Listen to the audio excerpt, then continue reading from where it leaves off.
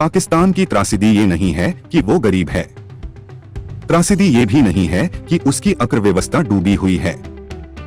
पाकिस्तान की सबसे बड़ी त्रासदी ये है कि वहाँ सेना जनता के माथे पर खड़ी होकर बर्बादी का नंगा नाच कर रही है।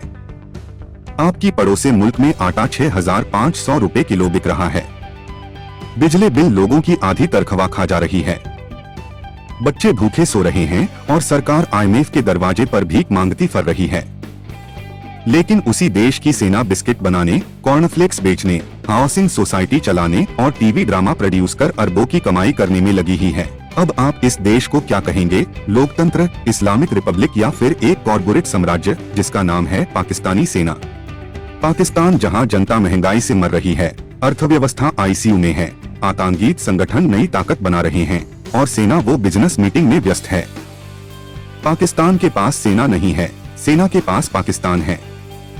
और ये बात कोई दुश्मन देश नहीं कह रहा, ये बात कह रही है मीर यार बलोच, वो बलोचिस्तान का कार्यकर्ता जो सालों से पाकिस्तान से अलग देश की मांग कर रहा है। मीर यार ने हाल ही में एक वीडियो और सोशल मीडिया पोस्ट में पाकिस्तान की सेना की असली भूमिका पर सीधा हमला बोला। उनका कहना है सभी देशों में सेनाएं सीमाओं पर खड़ी होती हैं, पाकिस्तान में सेना सुपरमार्केट में खड़ी है। अब जरा ध्यान से सुनिए पाकिस्तानी सेना के लिए ऐसा क्यों कहा जा रहा है। पाकिस्तानी सेना सीमेंट फैक्ट्रियां चलाती हैं, बेकरी और फूड ब्रांड्स बेचती हैं, टीवी चैनल और ड्रामा बनाती हैं, बैंक और इंश्योरेंस कंपनियां चलाती हैं, रियल एस्टेट और हाउसिंग प्रोजेक्ट बेचती हैं, गेहूं और अनाज का कारोबार करती हैं। सवाल ही है कि क्या सेना का काम ये होता है या फिर ये सब सरकार और जनता का काम है? अगर सेना ही सब कुछ करेगी तो लोकतंत्र किस काम का? पाकिस्तान की हालत क्या है ये दुनिया जानती है। विदेशी कर्ज रिकॉर्ड स्तर पर है, IMF के शर्तों पर सरकार पल पोस रही है, सब्सिडी खत्म की जा सकती है और जनता पर टैक्स बढ़ता जा रहा है। लेकिन इसी पाकिस्तान में सेना अरबों डॉलर का कारोबार कर रही है, जनरल आलिशान जिंदगी जी रही है, रक्षा बजट हर साल बढ़ रहा है। ये कैसा न्याय है?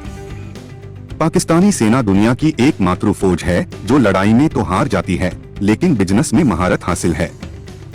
आज पाकिस्तान में आटे की कीमत आसमान पर है। 5 किलो आटा 630 से 650 रुपए पाकिस्तानी रुपए बिक रहा है और वजह फूड डिपार्टमेंट के अफसर है। गेहूं रिलीज करने के बदले प्रति बोरी 1000 से 1200 रुपए रिश्वत मांगी जाती है। मिल मालिक मजबूर है महंगा गेहूं खरीदने को और जनता भूखी है, बेबस और बेहाल है। पाकिस्तान में आज गैस है लेकिन महंगी है, बिजली है लेकिन बिल नहीं भरे जाते, खाना है लेकिन खरीद नहीं सकते।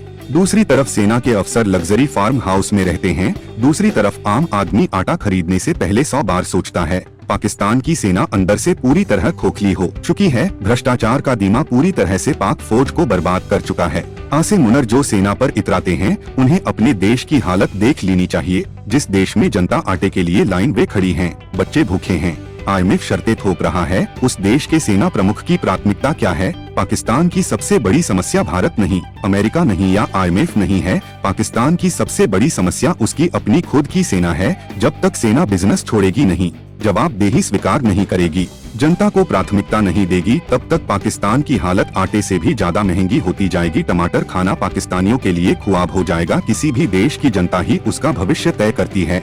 ये उन्हें तय करना होगा कि पाकिस्तान वाकई एक लोकतांत्रिक देश बना रहे या फिर सेना का निजी साम्राज्य बनकर खुद को तबाह कर ले।